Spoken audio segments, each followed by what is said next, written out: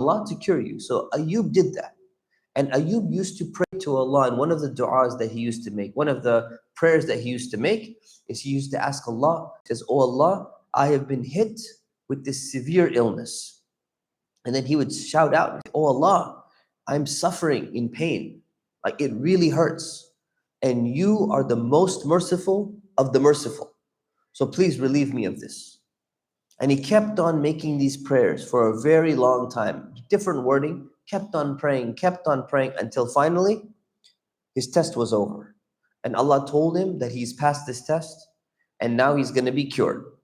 So Allah told him what to do to get this cure, to solve these problems. So Allah said, "Take your foot, stomp on the ground with your foot." So he did it. Just stomped on the ground and some special water came out. And this was healing water. And he drank from it and he poured some water all over himself, like taking a bath. And his illness went away and he was completely cured. Like a terminal illness that he had completely went away. And then Allah sent pieces of gold to him. We don't know exactly how it happened, but pieces of gold just started raining down and appearing out of nowhere. And he grabbed it and he collected it. And this was his money to keep. It didn't belong to anybody else. So now he got all of his wealth back. And then when his family saw this, hey, this guy's okay, everything's good, his family also came back to him. So he got back his health, he got back his wealth, he got back his family. This was from the mercy that Allah, he's been praying to Allah for such a long time. And Ayoub was a thankful servant. So he thanked Allah for getting all of this back. And this is all we know about the story of Prophet Ayoub in the Qur'an. Are there any questions about that?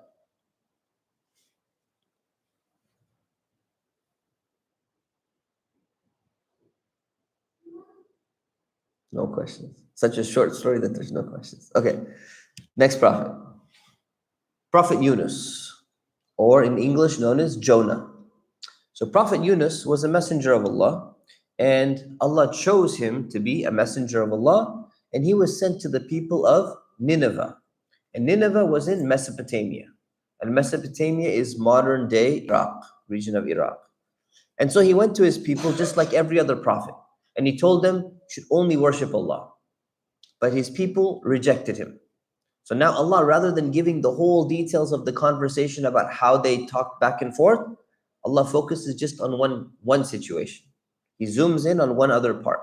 And that is, Yunus said, these people are not listening to me. So he just got frustrated and he said, I'm leaving. So he packed up his stuff. He said, I'm going to go to another city that might actually accept the message from Allah. So he packed up his things, he went away, he boarded a ship, and he sailed away. And he said, this city is a lost cause. There's no point of even talking to this city because they're not gonna pay attention to the message. They're gonna be just like the people of Hud and the people of Saleh and the people of Nuh and the people of Lut. So Yunus said, I'm in the same boat. Just like all those other prophets, their people didn't listen to them. I'm in the same situation. I'm just going to leave. But he didn't ask Allah for permission. So he left. And while he's on the boat and he's sailing away from his people, from his land, a storm came. And the ship was now in danger. It was a very severe storm. And the ship was fully loaded. And it was going to sink. It was very dangerous. So everybody was afraid of drowning. And nobody wants to die. So they decided that the only thing we can do to save ourselves is we're going to take one person and we're going to throw him overboard. Not because one person is too heavy and the ship is too heavy or something like that. They used to believe in those times that when there's a severe storm, they believed in all sorts of idols and superstitions and everything. So they believe that when there's a superstorm going on, the sea is mad. And you have to make the sea happy. So what do? It wants a human sacrifice. So you have to throw one person over, and once you sacrifice one person, the sea will be happy and it'll become calm and the storm will go away. So they said, this is what we're going to have to do. This was their custom because they had weird superstitions that they believed in. They said one person has to be thrown overboard. Who is it going to be? They decided that we have to decide who's going to be thrown overboard randomly. We're going to be fair to everybody. We're going to randomly pick one person. And the way in which they would do that is they would play a game.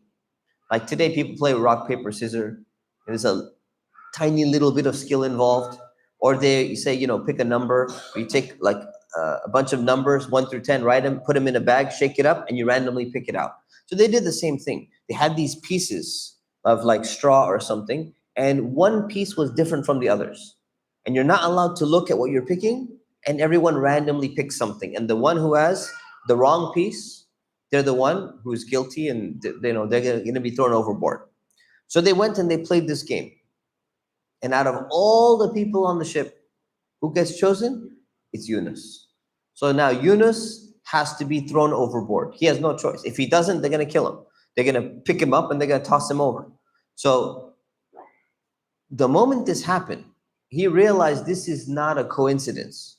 This is definitely a sign from Allah, because I've done something wrong. I wasn't supposed to leave the city because I was frustrated with my people because they weren't listening to me. But I did not ask Allah for permission. If you look at all the other prophets, Hud, Lut, Nuh, Salih, all of them, Allah told them to leave the city.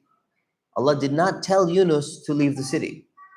Yunus got frustrated and said, I'm in a similar situation than these people are not listening. So he left on his own. So he realized that he shouldn't have done that. And so he asked Allah for forgiveness, but he's already condemned to death. So now he's gonna have to jump overboard, and he has no other choice. And there's no way when he jumps overboard, he's not gonna be able to swim to the shore because it's a storm and they're far away from land. So there's no way he's gonna swim, so he's basically gone. So he makes his dua, he makes his final prayer, jumps overboard, jumps over the ship, and he goes into the sea. And as soon as he landed in the sea, probably not gonna last more than a minute without drowning. And immediately, as soon as he got into the sea, a whale comes and swallows Yunus whole. Without chewing him, without touching the teeth, he literally gets swallowed into the whale. Now, this is something that's known about people who study whales. They know that they can do this. They can actually swallow large objects or even large creatures whole, and they get slowly digested inside the stomach of the whale over a long period of time, or they get spit back out. So this is not something that has never happened. It's not like it's a miracle because of the timing and how it happened and who it happened to.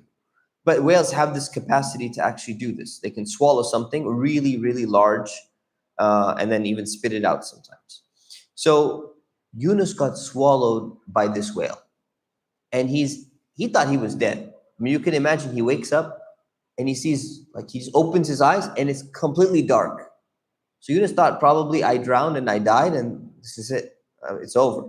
But then he realized he's inside the stomach of the whale, and the whale went underwater, and there was enough air for him to breathe while he was in the stomach of the whale. And this is how whales function. Anyone who studies whales, they know that they have enough air inside, even when they go underwater, that there's enough air inside for something to live inside of the stomach for a little while. And so now Yunus is sitting in the inside of a whale, and he's slowly being digested by the stomach acids inside the whale. So it's hurting his skin, even if it doesn't touch it. If you come close to acid, you can feel the heat coming from the acid onto your skin. And so now it's hurting him. So he is now in pain. He's in complete darkness. He's in 3 layers of darkness. Number 1, he's inside of a whale. Number 2, the whale is underwater, and there's darkness underwater. There's no light underwater. And number 3, it's dark outside. So he is in 3 separate layers of darkness, pitch black. He can't see anything, and he's feeling the stomach acid basically coming onto his skin. And while he's in this situation, Yunus remained in that state for a while. And what was he doing while he was inside the whale? He wasn't just panicking. He knew this is a test from Allah. So he started praying.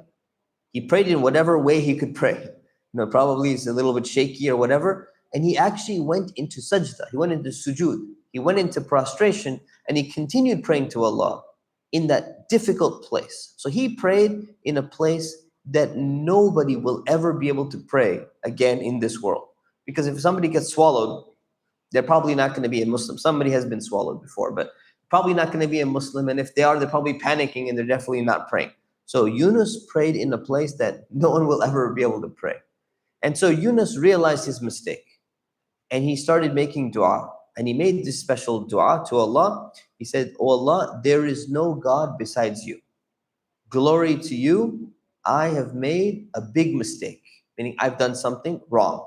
I shouldn't have left without consulting you. And so Allah eventually saved him. How? Allah made the whale spit him out. And if the whale spit him out in the middle of the ocean, he would just drown and die. So the miracle part was not only being swallowed by the whale, not only living inside the whale and praying inside the whale, but the whale spit him out near the shore. And so his body washed up on the shore and his skin was damaged. And it was daytime now. So a long time had passed, like a few hours at least had passed. And his skin was damaged. And so his skin, if you have damaged skin, it's been burnt or something, you're going to find that the sun is going to start to burn your skin even more. So Yunus is extremely weak. He's barely lying down there. He's lying on the shore someplace. We don't know exactly where it is. And then Allah caused him a tree. There was a tree nearby. So he managed to crawl close to that tree and he was able to get some shade from the tree so that his skin wouldn't burn under the sun because it had been damaged. And eventually his body started to heal after a while. And so once he had enough energy left in him, Yunus returned back to his city. He found a way to get back to his original city. And when he came back to his city, he was shocked. He didn't realize that after he left, most of his people, they were so sad. They respected Yunus so much. They were sad that he left. They actually accepted the message of Islam. That was like the last thing they needed. And he's like, you people are, you're not going to trust in Allah. And he left. And as soon as they left, as soon as he was gone, they started regretting their action. And they accepted Yunus as a prophet even though he was gone. And they started only praying to Allah. And the entire city believed. Now this is unlike any of the other cities. All the other cities were destroyed when the prophets left because they were told to leave. Here, Yunus was not told to leave. And he leaves. And when he comes back, instead of the city being destroyed, the entire city is Muslim. How many people accepted Islam? It says in the Qur'an, over 100,000 people accepted Islam. And he wasn't even there. And so when he came back, he was shocked. So this city, Nineveh, it was the first major city to believe in one of the prophets of Allah that we know of from all the prophets that we've covered so far. And so this was an amazing thing. So Yunus was given the nickname of Dhunnun. Dhu means like the possessor of or the man of. Noon is a fish. So he's known as the man of the large fish, basically, or the whale. A whale is in the category of fish in the Arabic language. So Yunus learned a very important lesson, and we all learn a very important lesson. And that is, never give up on your people, because they might actually be an exception and change their ways. They seemed like, when he was first talking to them for such a long time, he thought these people are a lost cause. But sometimes you may never know. You think someone is a lost cause, and after so many years, all of a sudden, they may change. And this is exactly what happened with the people of Yunus. So a very important lesson that we learned from his story. Any questions about Prophet Yunus' story? Yes.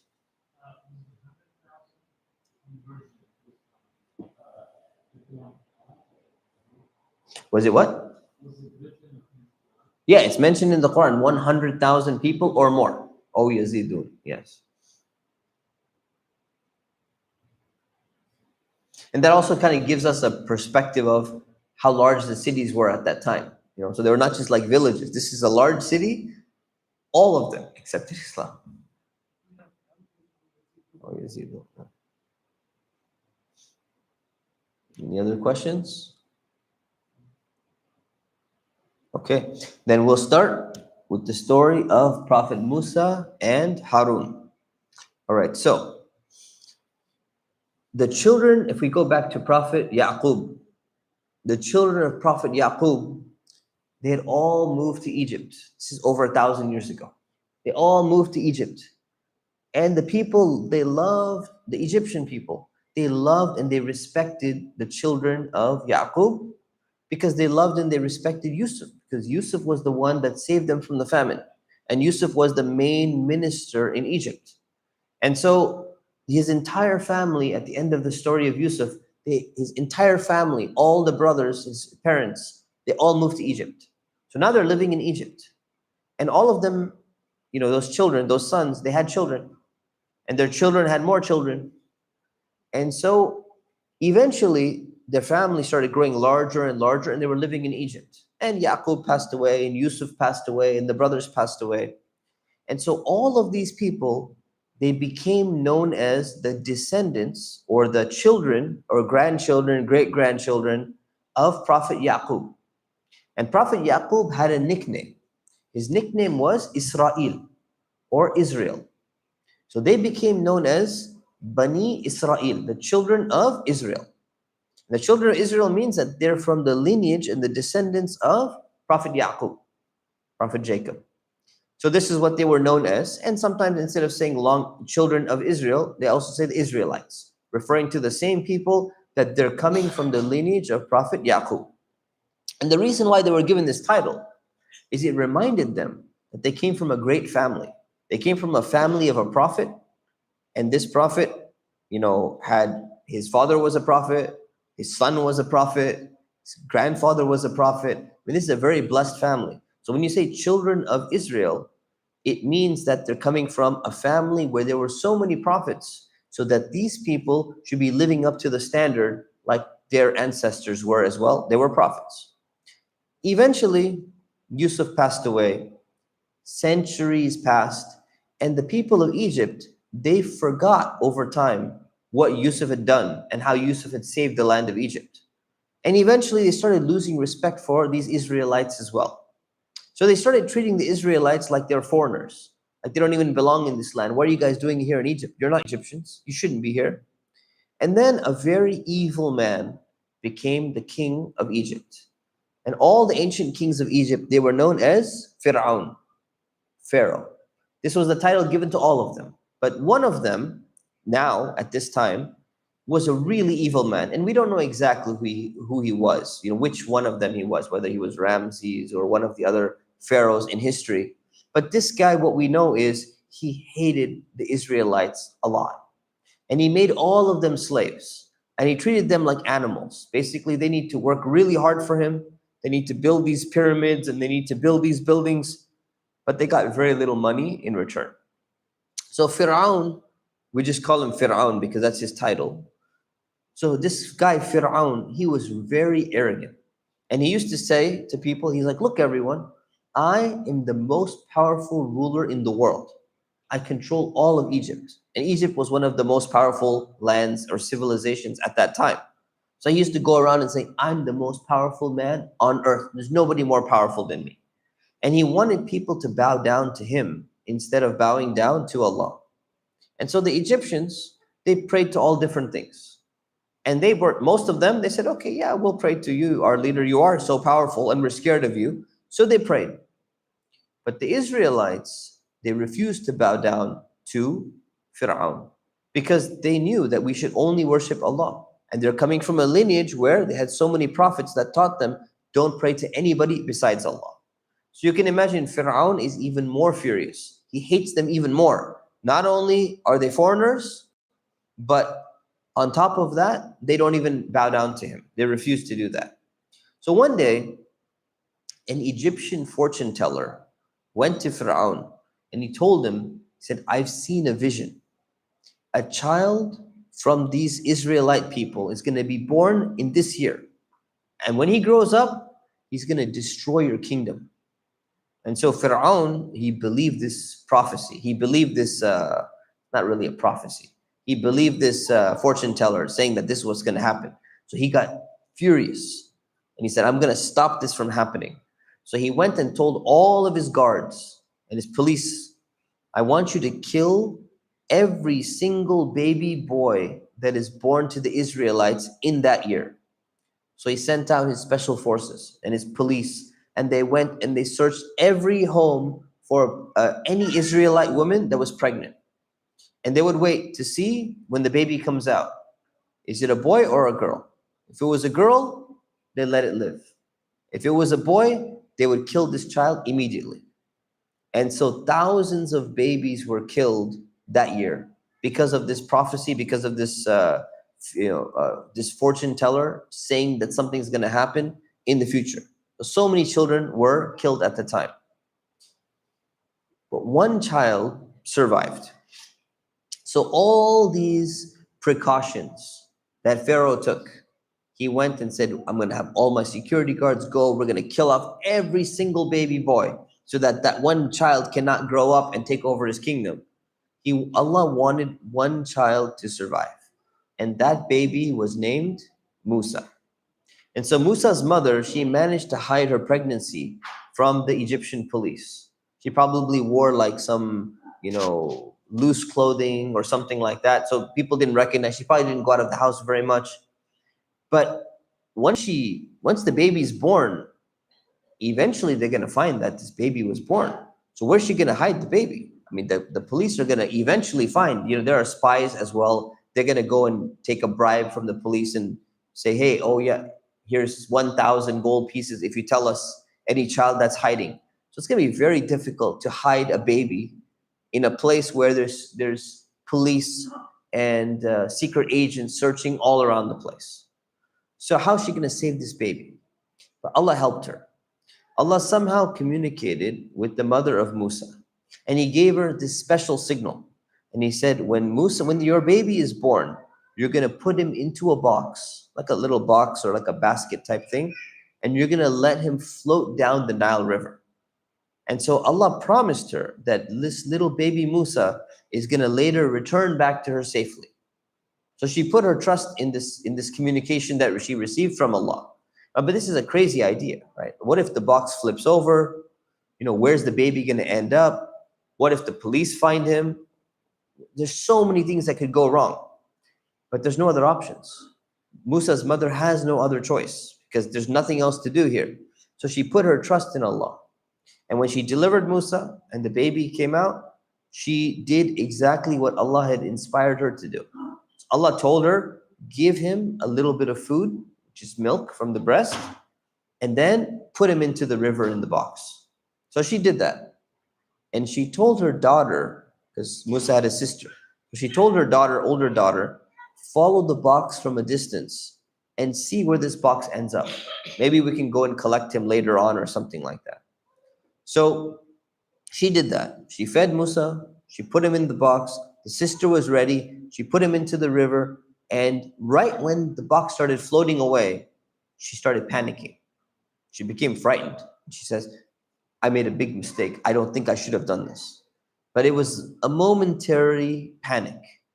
And then Allah calmed her heart, and she was patient, and she let it go. And so the box is floating down, the sister is following it, and it's going along.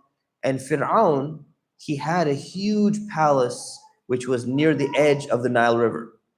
And his wife, Asiya, her name was Asiya, she was the queen. And she's at the palace, and she's walking near the river. And she noticed this strange box in the water, all of a sudden floating around. So she asked her servants, go get that box for me. Let's see what's inside that box. And when they arrived, they found little baby Musa inside the box. And one of the servants said, we can tell this is an Israelite baby. We have to kill it immediately. We have orders from Fir'aun that every single baby boy has to be killed. But when Asiya saw the baby, she picked up the child and she was immediately attached to it. And she hugged it and she told her husband Fir'aun, she said, don't kill this child. Let's adopt this child as our own, because they didn't have any children. She said, this child will make us so happy. And so Allah put a special love for Musa into the queen's heart. And now Musa is going to be saved. So Fir'aun said, you know what? She's insisting on it. Okay, fine, let's make her happy. We're going to make this one little exception for this one little baby. And Fir'aun picked the exact child that's going to eventually cause his downfall. So we'll leave the story at that, inshallah, and continue next week. Does anyone have any questions?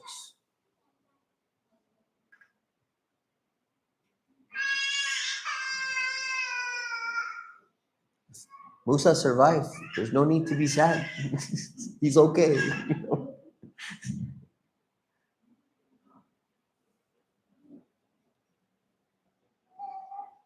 Any questions? No questions at all? Alhamdulillah. Okay, inshallah. Then we'll see you next week at 8 o'clock. سبحانك اللهم وبحمدك أشهد أن لا إله إلا أنت أستغفرك وأتوب إليك. السلام عليكم.